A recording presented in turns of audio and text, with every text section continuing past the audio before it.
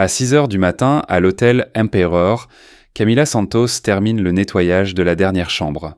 Elle a 24 ans et se sent très fatiguée après 14 heures de travail continu. Ses yeux brûlent, son dos lui fait mal, mais elle ne peut pas s'arrêter. Son uniforme d'hôtel bleu, mouillé de sueur après un service qui a commencé hier à 15 heures, lui colle au corps. Camila pousse son chariot dans les couloirs de marbre, pensant aux factures de médicaments de sa grand-mère Rosa qui doivent être payées aujourd'hui. Il lui faut 240 raies, qu'elle n'a pas encore. Arrivant à la suite présidentielle, la chambre la plus chère de l'hôtel, avec une vue sur toute la ville, elle s'arrête à la porte. Camila a nettoyé cet endroit des centaines de fois. Mais aujourd'hui, quelque chose est différent. Ses jambes tremblent d'épuisement. Elle s'assied sur le bord du lit pour se reposer juste 1 minute. Le matelas était plus doux que tout ce qu'elle a chez elle. « Je vais juste me reposer 5 minutes », pense-t-elle. Ses yeux se ferment tout seuls. Le sommeil arrive par une vague impossible à combattre. Camila s'enfonce dans l'oreiller parfumé à la lavande. Ici, dans une chambre où le prix de la nuit est plus que ses revenus de 2 mois, elle se détend enfin. À 7 heures du matin, Leonardo Almeida, 32 ans, PDG de la plus grande entreprise de construction du pays, arrive à l'hôtel. Il est habitué à tout contrôler. Aujourd'hui, il a une réunion importante dans le bureau que l'entreprise loue à l'hôtel. Son assistante a déjà appelé 3 fois, lui signalant que la consultante en RH a annulé la réunion à la dernière minute en raison d'un problème familial urgent. Leonardo a décidé de venir quand même. Il a un besoin urgent de résoudre les problèmes d'humanisation de l'entreprise. Il monte au bureau du dernier étage et s'arrête. Une jeune femme dort sur le canapé de la réception, vêtue de l'uniforme de l'hôtel. Ses cheveux bruns tombant sur son visage fatigué. Il y a quelque chose de pur dans cette image qui touche étrangement Leonardo. Pendant un instant, il se contente de regarder. La jeune fille a l'air épuisée mais paisible.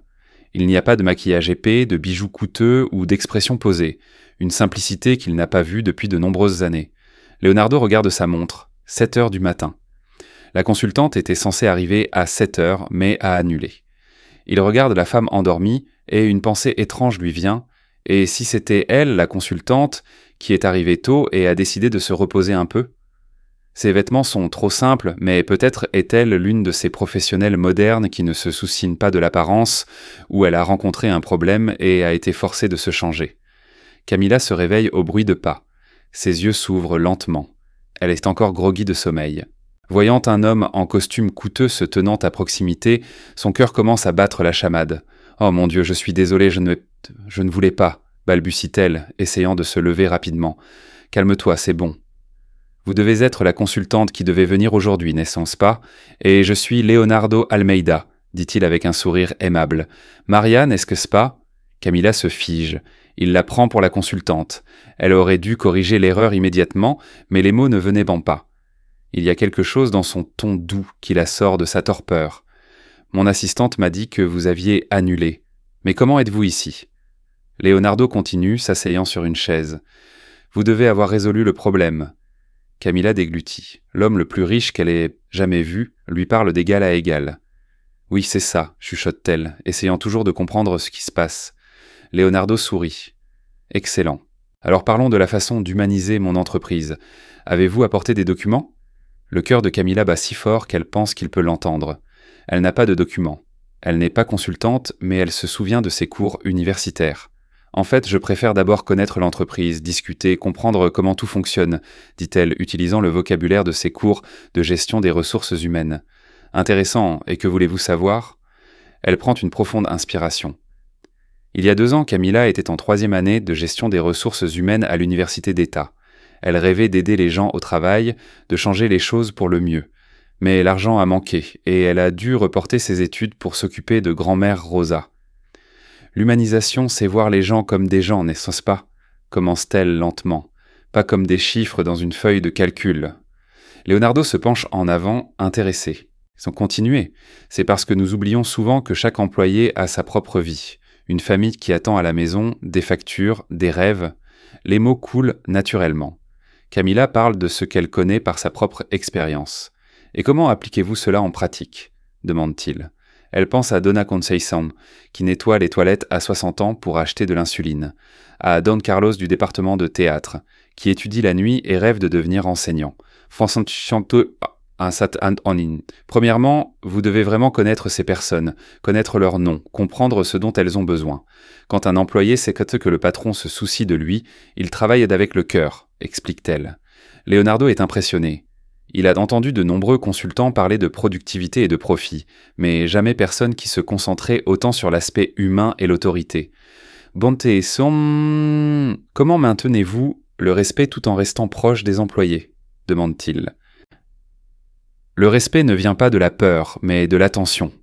Quand un patron montre qu'il valorise le travail de chacun, les gens veulent redonner le meilleur d'eux-mêmes, répond Camilla, se souvenant à quel point elle était ignorée là-bas. Vous avez une perspective plutôt inhabituelle à ce sujet, commente Leonardo. C'est agréable d'entendre quelqu'un qui comprend vraiment la dignité du travail. Camilla rit presque de la situation. S'il savait qu'elle passait 12 heures par jour à nettoyer les toilettes, négligées par les riches clients. Tout travail honnête a de la valeur. Peu importe que vous soyez PDG ou femme de ménage, tout mérite le respect, dit-elle avec conviction. Leonardo est captivé. Il y a une sincérité chez cette femme qu'il n'a jamais rencontrée auparavant. Elle n'essaie pas d'impressionner ou de vendre quoi que ce soit. Elle dit la vérité de son cœur. « Maria, je vais être directe. J'ai besoin de quelqu'un comme vous dans mon entreprise. Quelqu'un qui comprend qu'un employé heureux travaille mieux. » Camilla sent le monde tourner. Une telle opportunité pourrait complètement changer sa vie. Elle pourrait payer le traitement de sa grand-mère, retourner à l'université, avoir un avenir. « Mon Dieu, je ne sais pas quoi dire », balbutie-t-elle. « En acceptant un contrat de consultante de 3 mois, vous réformerez notre politique de ressources humaines, rendrez l'atmosphère plus humaine. Qu'en pensez-vous » Camilla pense à grand-mère Rosa à la maison, confuse par la maladie d'Alzheimer, aux médicaments coûteux à acheter, à l'université abandonnée. C'est peut-être sa seule chance d'échapper à la vie qu'elle a. « J'accepte », chuchote-t-elle. Leonardo sourit et lui tend la main. « Bienvenue dans l'équipe, Maria. Je suis sûr que ce sera le début d'un grand partenariat. » Lorsque leurs mains se touchent, Camilla ressent une étrange énergie. Ce n'est pas seulement de la gratitude pour l'opportunité, c'est quelque chose de plus profond, de plus dangereux. Nous commençons lundi. Mon assistante, Patricia, vous contactera et vous expliquera tous les détails du contrat à son arrivée, dit Leonardo se levant. Et Maria, merci d'avoir accepté. J'ai un bon pressentiment à ce sujet. Après son départ, Camilla reste seule dans le bureau, regardant ses mains tremblantes. Elle vient d'accepter d'incarner une consultante professionnelle. Elle vient de mentir à la personne la plus influente qu'elle connaissait. Mais pensant à grand-mère Rosa à la maison, à la facture de médicaments, à la chance d'une vie meilleure, Camilla réalise qu'elle n'avait pas le choix. Parfois, un mensonge est la seule issue que nous puissions voir. Le téléphone sonne. C'est grand-mère. « Camilla, où es-tu, ma fille ?»« J'arrive, grand-mère. Je viens de finir de travailler. »« Bien, tu me manques. » Camilla raccroche et soupire profondément. Maintenant, elle doit vite trouver comment devenir une vraie consultante. 2 mois se sont écoulés depuis ce jour qui a tout changé. Camilla reconnaît à peine sa vie maintenant. Le jour, elle est Maria, consultante en RH, et la nuit, elle est toujours la petite fille qui s'occupe de grand-mère Rosa. Elle se lève tous les jours à 5 heures du matin. D'abord, elle prépare le café et les médicaments pour grand-mère Rosa. À 7 ou 8 ans, grand-mère la reconnaît parfois demande « Qui est cette belle fille qui vit dans la maison ?»« Je vais travailler, grand-mère. Donna Naïsa restera ici avec vous. »« D'accord. Travailler où, ma chère ?»« Dans une grande entreprise. J'aide les gens là-bas. » Peut-être qu'à certains égards, Camilla aide vraiment. Ses idées sur la valeur des employés donnent des résultats. L'équipe est devenue plus enthousiaste, il y a moins de plaintes et l'ambiance s'est améliorée. Donna Neisa, une voisine retraitée, accepte de rester avec grand-mère Rosa pour une petite somme. « C'est bon d'avoir de la compagnie, dit-elle, et votre grand-mère est juste adorable. » Camilla se prépare dans son petit appartement de 2 pièces. Ses vêtements sont différents maintenant. Rien de cher, mais achetés dans des friperies de qualité du centre-ville. Des blazers, des jupes, des chaussures confortables qu'elle trouve en solde. Elle a appris à faire un chignon élégant en regardant des vidéos YouTube à la bibliothèque universitaire. Son maquillage est simple, rouge à lèvres naturel et mascara. Mais le résultat est une femme complètement différente de la femme de ménage qu'elle était il y a quelques mois. Dans l'entreprise, tout le monde la respecte. « Bonjour Maria », disent les employés. Certains s'arrêtent pour parler des changements qu'elle a proposés. Des horaires flexibles pour ceux qui ont de jeunes enfants, un coin détente à la cafétéria, un programme de motivation pour la formation. L'idée de l'employé du mois était brillante, dit Rodrigo, le superviseur du département des ventes. L'équipe s'est plus motivée que jamais. Camilla sourit. L'essentiel essaie de valoriser le travail de chacun. Tout le monde veut se sentir important. Elle a appris tout cela en étudiant la nuit. Après s'être occupée de sa grand-mère, Camilla passe des heures à la bibliothèque universitaire, lisant sur la gestion des ressources humaines. Elle emporte des livres à la maison, télécharge des articles et prend des notes détaillées. C'est un travail difficile, mais cela porte ses fruits. Camilla a découvert un talent naturel pour comprendre les gens. Peut-être parce qu'elle a toujours été invisible. Elle sait exactement ce que ressentent ceux qui sont ignorés. Mais tout ne vient pas facilement. Dès sa première semaine, elle a appelé Leonardo monsieur devant le conseil d'administration. Dans la deuxième, elle a utilisé le mot « nous » dans une présentation officielle. Les petites erreurs font battre son cœur plus vite. Leonardo a commencé à la chercher presque tous les jours, toujours sous différents prétextes professionnels, mais Camilla remarque qu'il apprécie sa compagnie. « Comment avez-vous appris à si bien lire les gens ?» demande-t-il lors d'une de leurs réunions. « Peut-être que quand on souffre soi-même, c'est plus facile de voir la souffrance des autres, répond Camilla sans réfléchir. Leonardo est surpris. Avez-vous beaucoup souffert ? Camilla réalise qu'elle a trop parlé. Oh, tout le monde a ses difficultés, n'est-ce pas ? Répond-elle avec réticence. Mais il n'oublie pas ce commentaire. Il y a quelque chose d'unique dans l'histoire de Maria. Une consultante qui parle avec une telle confiance de la souffrance. Une professionnelle qui comprend parfaitement la douleur des employés, les plus simples. Les semaines passent, et Camilla prend plus d'assurance. Elle a appris à parler en réunion, à présenter des idées et à se comporter dans un environnement professionnel. Elle a observé comment les gens s'habillaient, comment ils parlaient, comment ils gesticulaient, mais le plus difficile est de cacher à Leonardo qui elle est vraiment. Chaque fois qu'il lui demande son éducation, elle invente une nouvelle histoire. Une université privée à Campinas, une expérience professionnelle dans une entreprise fermée, une famille qui préfère garder sa vie privée secrète. « Vous êtes un peu mystérieuse, Maria », dit un jour Leonardo. « Parfois on dirait qu'il y a beaucoup plus en vous que ce que vous montrez. » Camilla sent son cœur battre. Tout le monde a ses secrets. Oui, c'est vrai. Mais j'aimerais connaître les vôtres. Il y a quelque chose de spécial dans la voix de Leonardo. Une intimité qui va au-delà du travail. Camilla comprend qu'il s'intéresse à elle en tant que femme, pas seulement en tant que consultante. Et le plus effrayant est qu'elle commence à s'intéresser à lui aussi. Leonardo est différent des riches qu'elle connaissait. Il n'est pas arrogant, il est gentil, bien élevé, intelligent. Il traite bien tous les employés, du directeur à la femme de ménage. Un jour, elle a failli être découverte. L'assistante de Leonardo, Patricia, remarque « Étrange, je ne trouve pas votre CV dans nos archives. » Camilla sent son sang se glacer. « Il doit y avoir eu un problème de système quand je l'ai envoyé. Pouvez-vous le renvoyer ? J'en ai besoin pour le service RH. » « Bien sûr, je l'enverrai cet après-midi. » Camilla mène, sachant qu'elle n'a pas de CV. Cette nuit-là, elle passe des heures à créer un faux CV sur l'ordinateur de la bibliothèque. Une université à Campinas, une expérience dans une entreprise fermée, des cours qu'elle n'a jamais suivis. Chaque ligne est un mensonge qui l'entraîne plus profondément. « Maria, aimeriez-vous déjeuner avec moi aujourd'hui pour célébrer les résultats du projet ?» demande Leonardo vendredi. Camilla sait qu'elle devrait refuser parce qu'elle entre en territoire dangereux, mais en regardant ses yeux sincères, attendant une réponse, elle ne peut pas résister. « C'est quoi que j'adorerais ?» répond-elle. Leonardo sourit comme un enfant qui a reçu un cadeau. « Super, je connais un bon endroit. » En partant, Camilla réalise ce qu'elle vient de faire. Elle a accepté un rendez-vous avec un milliardaire. Elle, qui vit dans un appartement de 2 pièces et s'occupe d'une grand-mère malade. Elle, qui jusqu'à récemment nettoyait les sols sur lesquels il marche. Mais en pensant à la façon dont Leonardo la regarde, comment il la traite avec tendresse et respect, Camilla oublie presque que tout cela est bâti sur un mensonge. Elle croit presque qu'elle mérite une telle vie. 3 mois après leur première rencontre, Camilla se prépare pour le déjeuner le plus important de sa vie. Elle a choisi une robe bleu foncé trouvée en solde, mais a dépensé la moitié de son salaire pour des chaussures décentes. Rien de tape à l'œil, mais assez élégant. Dans le miroir de la petite salle de bain, elle se regarde et reconnaît à peine son reflet. La femme de ménage a disparu. À sa place se trouve une femme confiante qui semble faire partie du monde de Leonardo. « Grand-mère, je vais sortir un peu.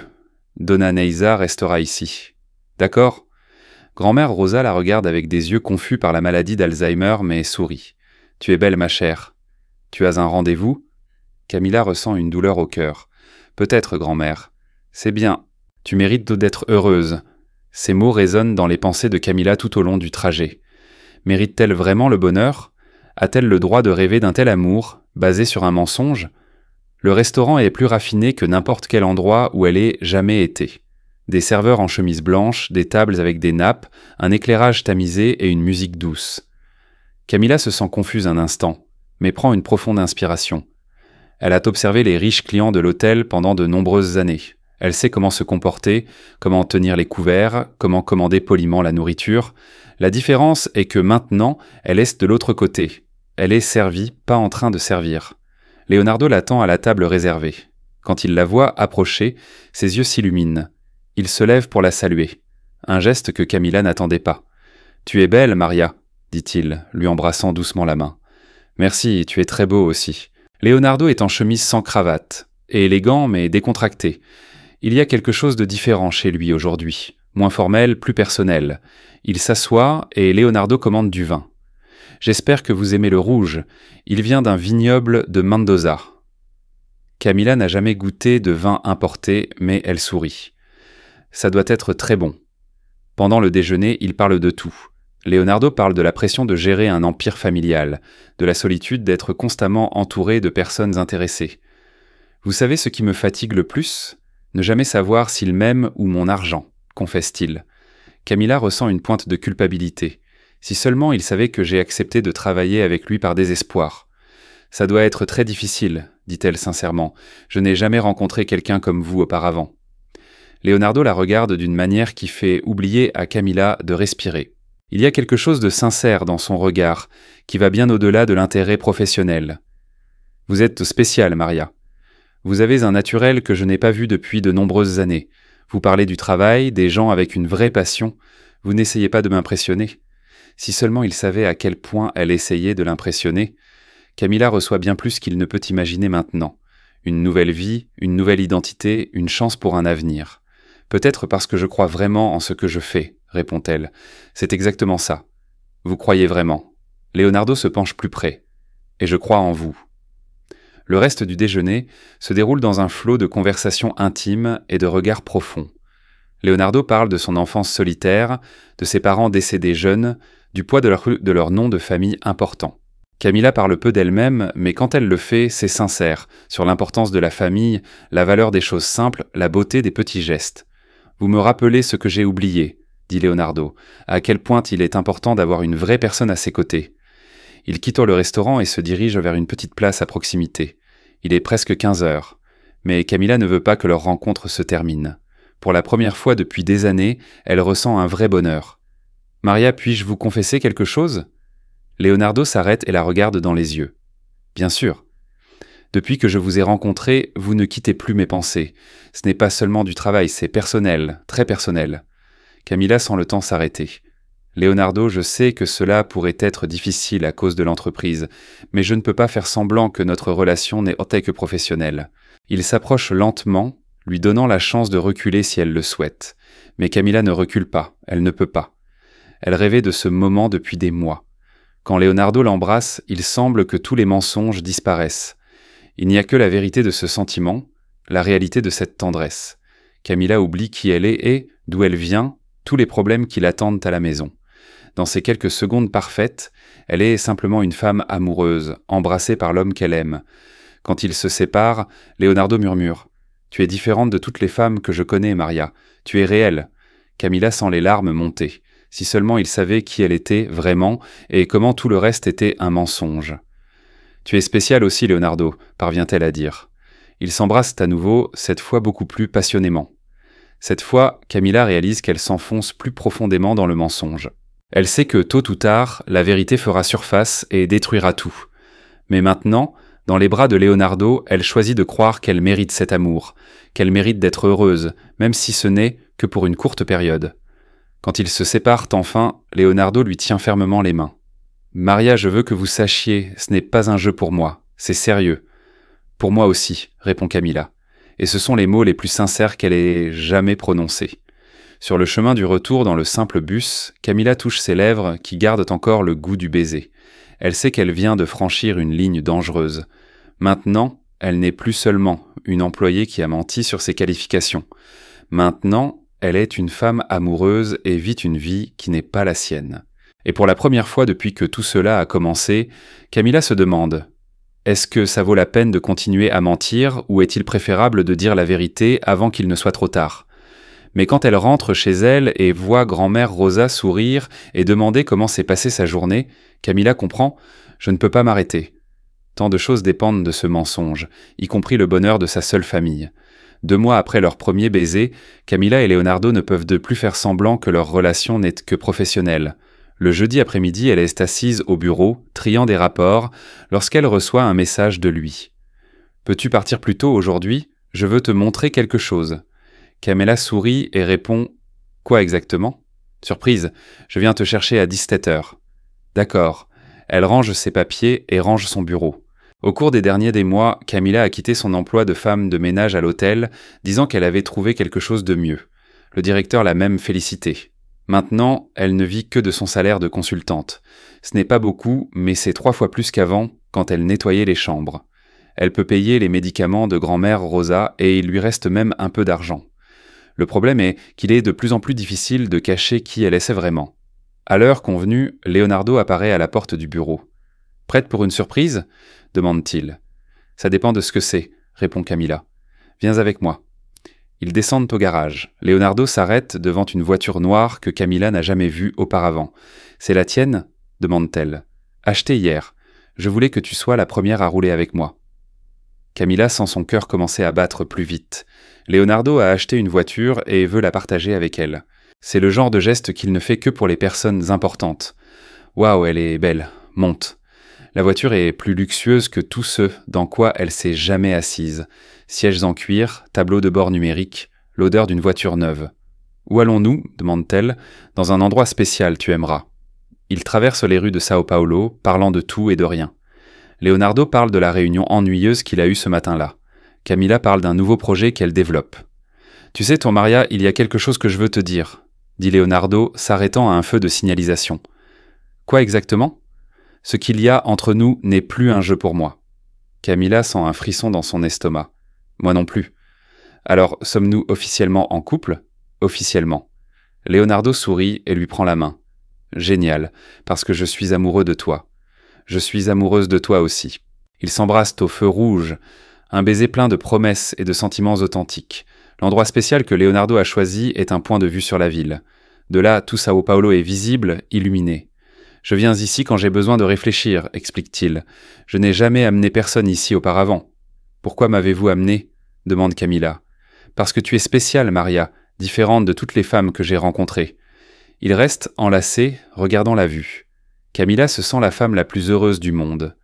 En même temps, elle ressent le poids du mensonge qu'elle porte. « Leonardo, puis-je vous demander quelque chose ?»« Bien sûr. » « Si vous découvriez que je ne suis pas entièrement celle que vous pensez que je suis, m'aimeriez-vous toujours ?» Leonardo la regarde avec surprise. « Question étrange. C'est juste hypothétique. Maria, je suis tombé amoureux de vous pour ce que vous êtes, pour votre gentillesse, votre intelligence, votre vision du monde. Cela ne changera pas. Peu importe ce que j'apprendrai d'autre sur vous. » Camilla a failli dire la vérité à ce moment-là. A failli avouer qu'elle était une femme de ménage se faisant passer pour une consultante. Mais pensant à grand-mère Rosa et à la vie qu'elle avait réussi à construire, les mots ne venaient pas. « J'ai juste parfois peur de vous décevoir. Vous ne me décevrez jamais. J'en suis sûr. » S'il savait à quel point il avait tort, sur le chemin du retour, Leonardo dépose Camilla à la station de métro. Elle a inventé qu'elle vivait à proximité et préférait marcher. Il ne devait pas voir le modeste appartement où elle vivait. « À demain au travail, » dit-il, lui embrassant la joue. « À demain. » Pendant le trajet en métro, Camilla pense à leur conversation. Leonardo dit qu'il l'aime pour ce qu'elle est. Mais l'aimerait-il s'il connaissait la vérité ? À la maison, grand-mère Rosa regarde la télévision. « Salut, grand-mère. Comment s'est passée ta journée ? » ?»« Bien, ma chère. Et qui es-tu d'ailleurs ?» Le cœur de Camilla se serre. Les épisodes d'oubli sont de plus en plus fréquents. « Je suis Camilla, ta petite fille. »« Ah, bien sûr, Camilla. Tu es belle aujourd'hui. Tu étais avec un garçon ? » ?»« Oui, grand-mère, j'étais. »« Bien, tu mérites d'être heureuse. » Camilla serre sa grand-mère dans ses bras et se demande combien de temps peut-elle encore mener cette double vie ? Combien de réunions, combien de baisers, combien de mensonges peut-elle maintenir ? Une semaine plus tard, Leonardo arrive au bureau avec une expression pensive. Patricia, son assistante, remarque qu'il a changé. « Bonjour, Seigneur Leonardo, comment allez-vous ?»« Bonjour, Patricia. Tout va bien. Écoutez, j'ai besoin de vous parler de quelque chose. »« Bien sûr, de quoi ? » Leonardo s'assied à son bureau. C'est à propos de Maria. Avez-vous vérifié toutes ces références lorsque nous l'avons embauchée? Patricia est un peu gênée. J'ai essayé, mais il y a eu quelques difficultés. Quel genre? L'université qu'elle a mentionnée, je n'ai pas pu confirmer. J'ai appelé plusieurs fois, mais j'ai toujours entendu différentes excuses. Leonardo ressent une sensation désagréable dans son estomac. Qu'en est-il de l'entreprise précédente où elle a travaillé? J'ai confirmé ce fait. L'entreprise a bien fermé, mais je n'ai pu joindre aucun ancien employé ou responsable. Cela ne vous a pas semblé étrange? Patricia hésite un peu, mais dit « J'ai cru que c'était juste de la bureaucratie. Ça arrive. Patricia, je vous demande quelque chose. J'ai besoin que vous vérifiez à nouveau attentivement ces références. Y a-t-il un problème spécifique? Non, je pensais juste à la promouvoir. Je veux m'assurer que tout est en ordre. C'est un mensonge. La vérité est que certaines choses que Maria dit ne correspondent pas. Comment elle comprend si parfaitement les problèmes des travailleurs les plus simples? Comment elle connaît chaque détail de la vie de ceux qui travaillent en dur, et surtout comment elle évite de parler de son passé? D'accord, je vais réessayer. Merci. Et Patricia, s'il vous plaît, soyez prudente. Bien sûr. Ce même jour, Leonardo vient au bureau de Camilla. Salut ma belle. Occupée? Salut. Je finis juste quelques tableaux. Leonardo s'assied sur la chaise en face de son bureau. Maria, je veux t'inviter. Quelle invitation? Samedi prochain, je veux organiser un déjeuner chez moi. Famille, quelques amis, je veux que tu viennes. Camilla sent son sang se glacer. Déjeuner avec sa famille? Oui, ma tante Célia, mes cousins, des proches, je veux qu'ils te rencontrent. Je ne sais pas si c'est une bonne idée, essaie-t-elle de trouver une excuse. Je ne veux pas mélanger vie personnelle et travail. Maria, pour moi, tu n'es plus seulement une employée depuis longtemps. Tu étais ma petite amie. Je veux que les personnes importantes de ma vie te connaissent. Tu ne veux pas rencontrer ma famille? Camilla voit l'anticipation dans ses yeux. Bien sûr que si. Alors c'est réglé. Samedi à 12h. Après son départ, Camilla panique.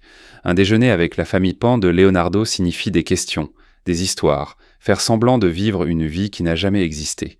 Elle appelle Donna Neisa. Donna Neisa, pouvez-vous rester avec grand-mère Rosa samedi? Bien sûr, ma chère, toute la journée. Je pense que c'est un engagement professionnel important. Pas de problème. Votre grand-mère adore ma compagnie. Camilla raccroche et retourne à son ordinateur, mais elle ne peut pas se concentrer. Le reste de la journée, elle pense à comment se comporter au déjeuner, quelles histoires raconter, comment répondre aux questions sur sa vie. Le soir, elle va à la bibliothèque universitaire et étudie l'étiquette formelle à table. Comment utiliser les couverts, de quoi parler, quels sujets éviter. Elle recherche également des informations sur la famille Almeida en ligne.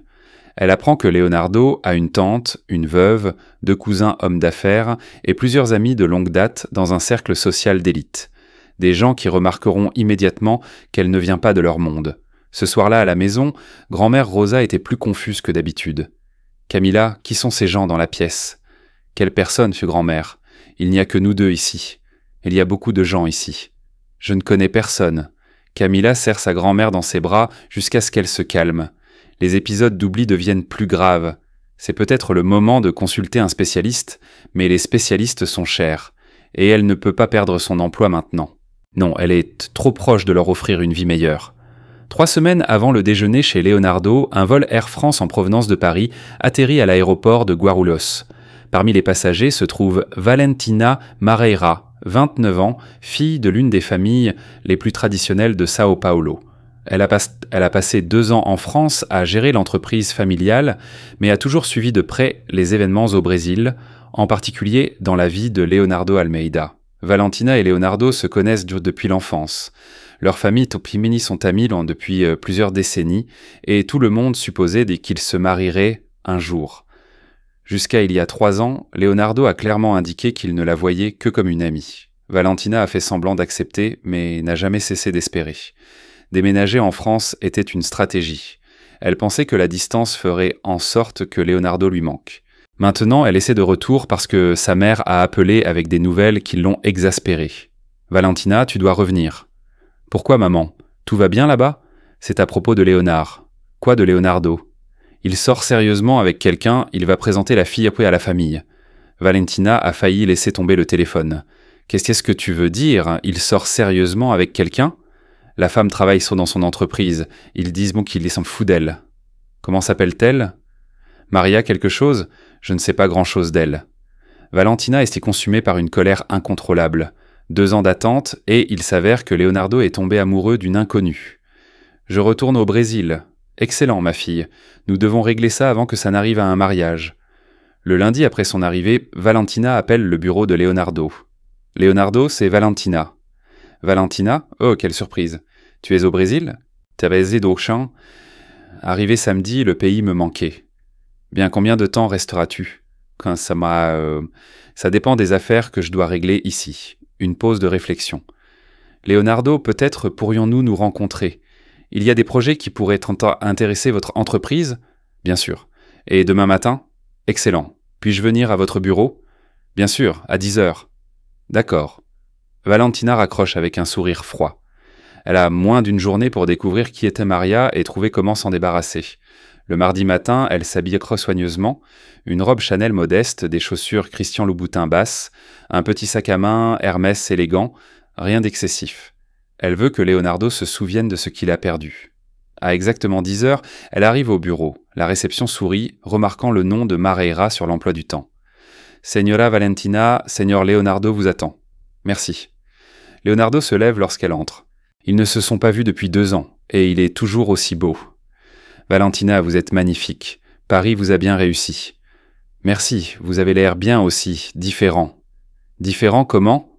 Plus heureux, plus détendu. » Oui, Leonardo sourit. Beaucoup de choses ont changé. Ils discutent affaires pendant quelques minutes. Valentina parle d'opportunités en France. Leonardo parle des projets de l'entreprise, mais elle a du mal à se concentrer.